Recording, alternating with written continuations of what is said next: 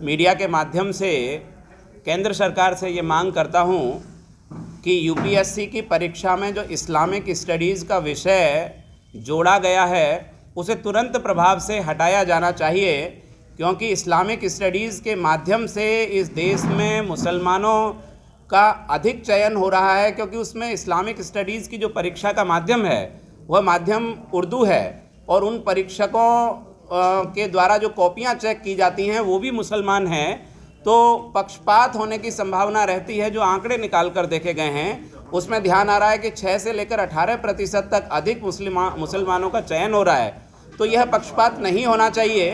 अथवा साथ ही हम ये भी मांग करते हैं कि यदि इस्लामिक स्टडीज़ रहता है तो वैदिक स्टडीज़ को भी इसमें जोड़ा जाना चाहिए। इस देश में लैंड जिहाद, लव जिहाद और अनेक प्रकार के जिहाद जो चल रहे हैं वो अब नहीं चलेंगे। राष्ट्रीय परशुराम परिषद के माध्यम से परशुराम स्वाभिमान सेना इस देश में लगभग 1000 अखाड़े प्रारंभ करने वाली है, जिसमें शस्त्र और शास्त्र दोनों की शिक्षा देकर एक अच्छी सज्जन शक्ति खड़ी की जाएगी। उसी सज्जन शक्ति के द्वारा जम्मू कश्मीर के जो विस्थापित हिंदू ब्राह्मण हैं उनको पुनः ससम्मान उनका रोजगार मिले, उनका घर मिले, उनकी प्रॉपर्टीज़ मिलें, उसके लिए पूरे देश भर में जन आंदोलन चल रहे हैं। आज यहाँ लखनऊ में जो 2 दिवसीय बैठक है उसमें भी संगठन के अनेक विषयों पर चर्चा होते हुए आगामी 3 महीने का एजेंडा बनाया जाएगा। उसी के लिए आज यह प्रेस वार्ता है। इस्लामिक हटाकर कौन से लैंग्वेज को आगे बढ़ाना चाहिए?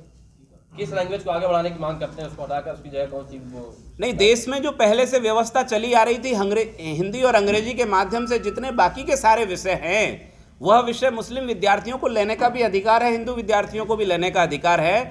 केवल धार्मिक शिक्षा के नाम पर इस्लामिक स्टडीज़ को ही क्यों जोड़ा गया?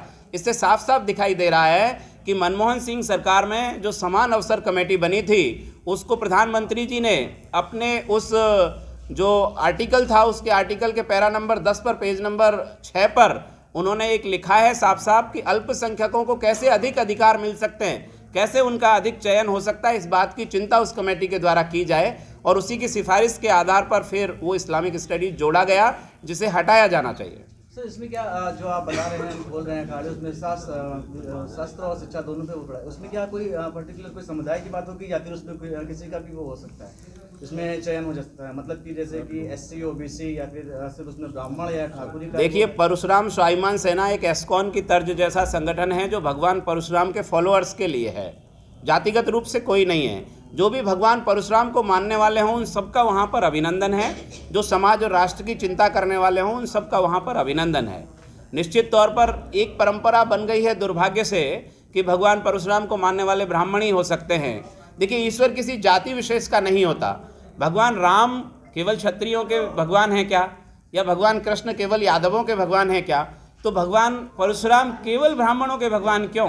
यह मिथक भी दूर होना चाहिए। मौजूदा स्थिति जो बता रही है सर, इस समय तो यही माहौल बना हुआ है कि हाँ, और धर्मवाद पे ही सारे, क्योंकि देश में जितने अवतार हुए उन अवतारों में सबसे कम साहित्य भगवान परशुराम जी पर लिखा गया है।